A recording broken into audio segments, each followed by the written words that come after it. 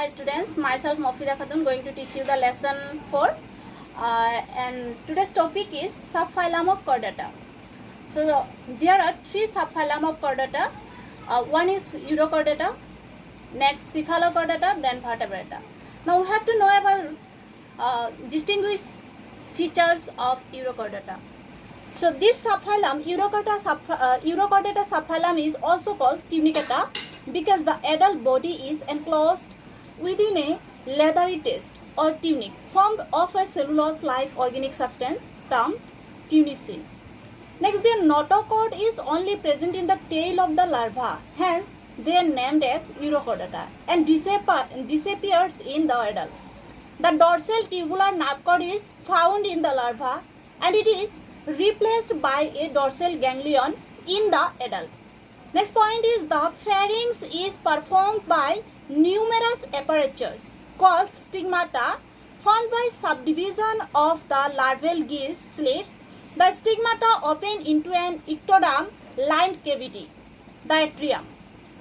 The larva undergoes retrogressive metamorphosis, that is change from better developed larva to less developed adult. Okay, some examples of Urochordata are Hartmannia, also known as sea squid, Ascidia, Botrylas also known as colonial Urochordate, Molgula, Doliolum, Salpa, Pyrosoma, etc. are the example of subphylum Urochordata. Next come to this Cephalochordata, and we have to know about characteristics of Cephalochordata. And characteristics of Cephalochordata are that the notochord extends up to anterior end of the body. Hence, this subphylum is named as Cephalochordata. The notochord persists throughout life. Pharyngeal gill slits are more numerous and are better developed. Atrium is also present. Wheel organ of Amphioxus is also called ciliated organ of Muller or rotatory organ. The tail is present throughout life. An example of Cephalochordata are Branchiostoma, also known as Amphioxus or Lancelet. And last one is the Vertebrata.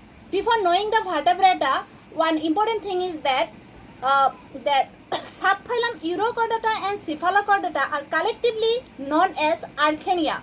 Archaea means without cranium or brain box, or protochordates, which means primitive chordates. Now come to the Vertebrata, subphylum Vertebrata, and I think all of you know that the characteristics of Vertebrata. Then also I am going to tell you that Vertebrata are advanced chordates that have cranium. Cranium means brain box, and which is around brain.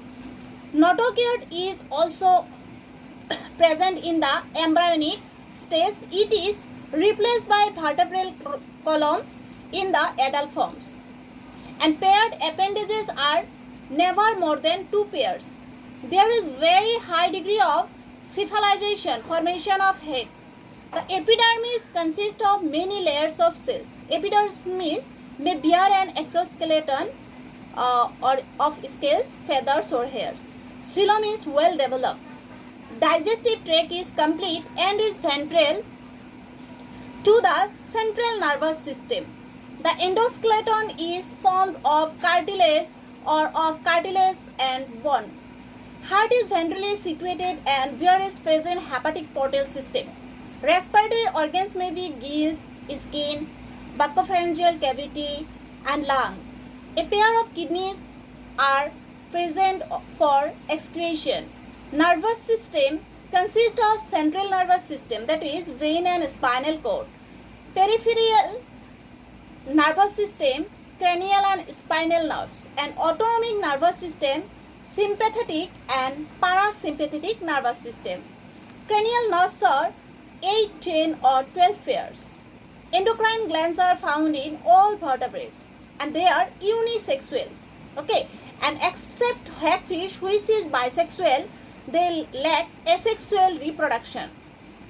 And some of the example of subphylum Vertebrata are frog, tadpole, horse, etc. etc. Next, vertebrata have two divisions, that is agnatha and gnathostomata.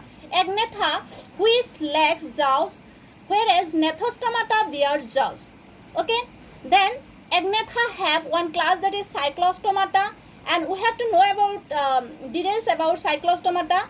So come to the cyclostomata. The mouth is circular and jawless.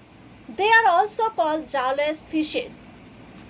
Skin is soft and is without scales. Paired fins and associated gills are absent. Endoskeleton is cartilaginous.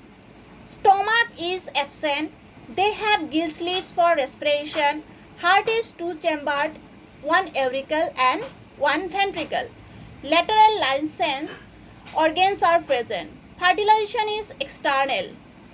Life history may be included larval stage, and they are mostly parasites on some fishes. Lamprey attaches itself to some fishes and sucks blood from them. And some example of cyclostoma are Petromyzon. Okay. Next, gnathostomata have two superclass. One is Pitches, another is Tetrapoda. Again, Pitches have two classes, Chondrichthyes and Ostisthyes. First, we have to know about characteristics of Chondrichthyes, and distinguished features of Chondrichthyes are known as the fishes of this class bear cartilaginous endoskeleton, and they are cold-blooded. Cold-blooded means ectothermic. The skeleton consists of placoid scales which are dermal in origin. Except in the Chimeras, the gills are not covered by an operculum, that is gill cover. Their jaws are well developed. Mouth is ventrally placed. They are predaceous fishes. The spiral valve called scroll valve is usually present in the intestine. The digestive tract leads to the cloaca. There are 10 pairs of cranial nerves. The brain bears large olfactory lobes and large cerebellum. Their kidneys are mesonephric, and urea is cheap nitrogenous wastage of this type of fishes. Lateral line system is also well developed. Example of some Chondrichthyes are Scolidion, which is known as Indian shark, Carcharodon, great white shark, torpedo, electric ray, trigon, stingray, etc. etc. Now come to the Ostisthyes.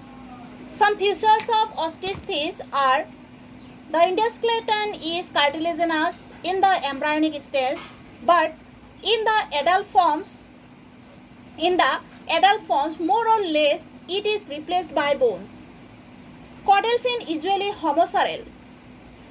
The endoskeleton of this type animal, if present, comprises cycloid, ctenoid or ganoid scales. Scales are mesodermal in origin.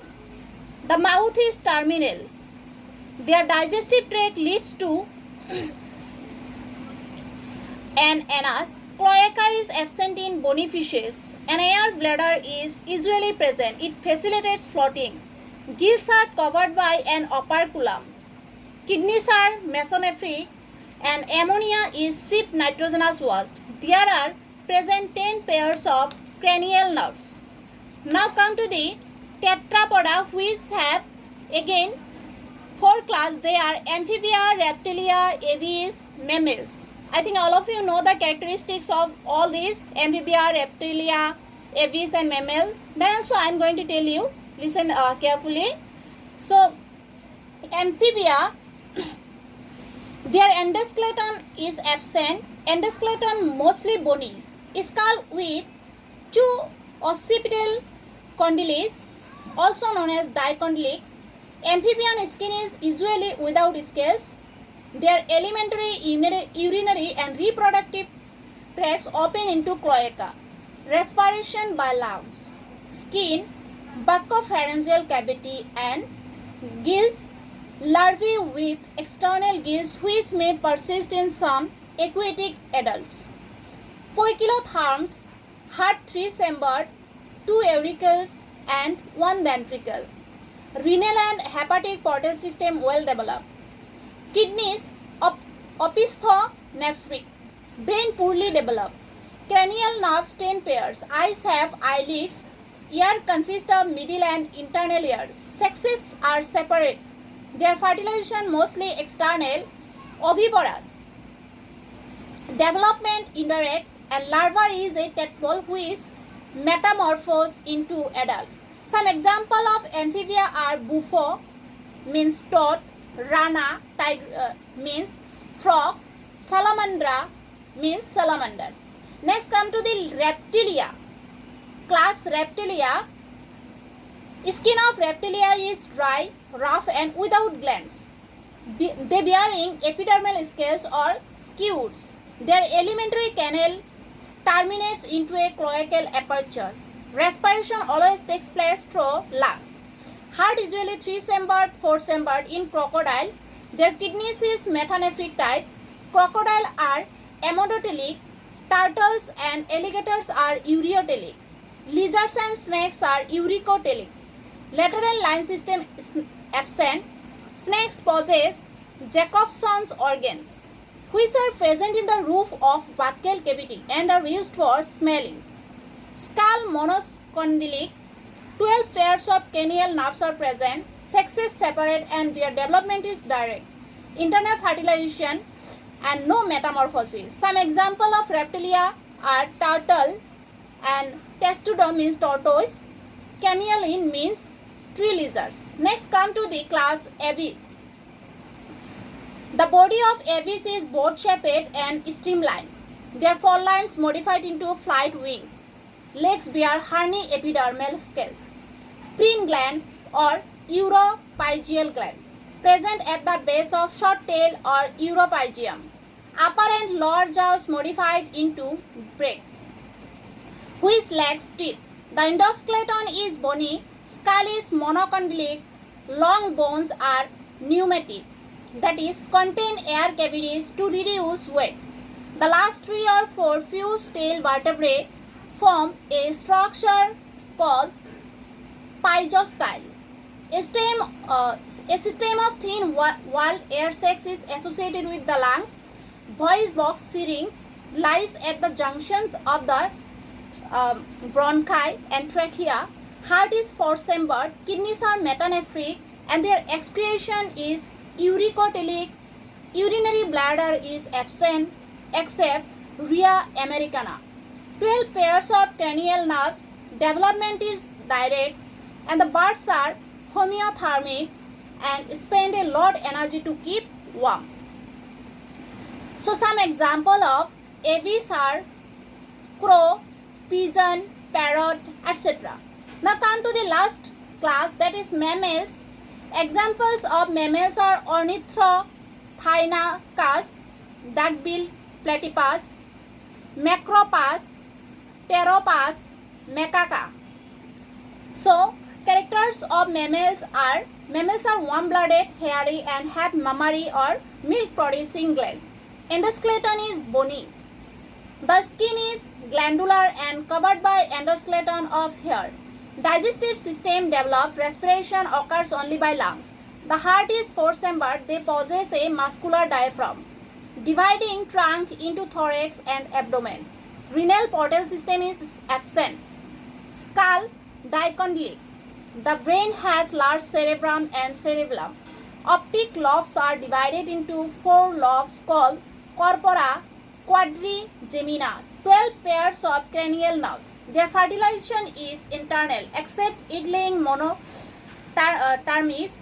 Mammals are mostly viviparous. Development is direct except in egg-laying mammals. A well-developed placenta is present, which is a medium of association between mother and fetus. So if you have any query or doubt, then you can ask me freely. And today this much only. Today lesson is also complete except your exercise. Okay, I will discuss exercise in your next class. So thank you so much.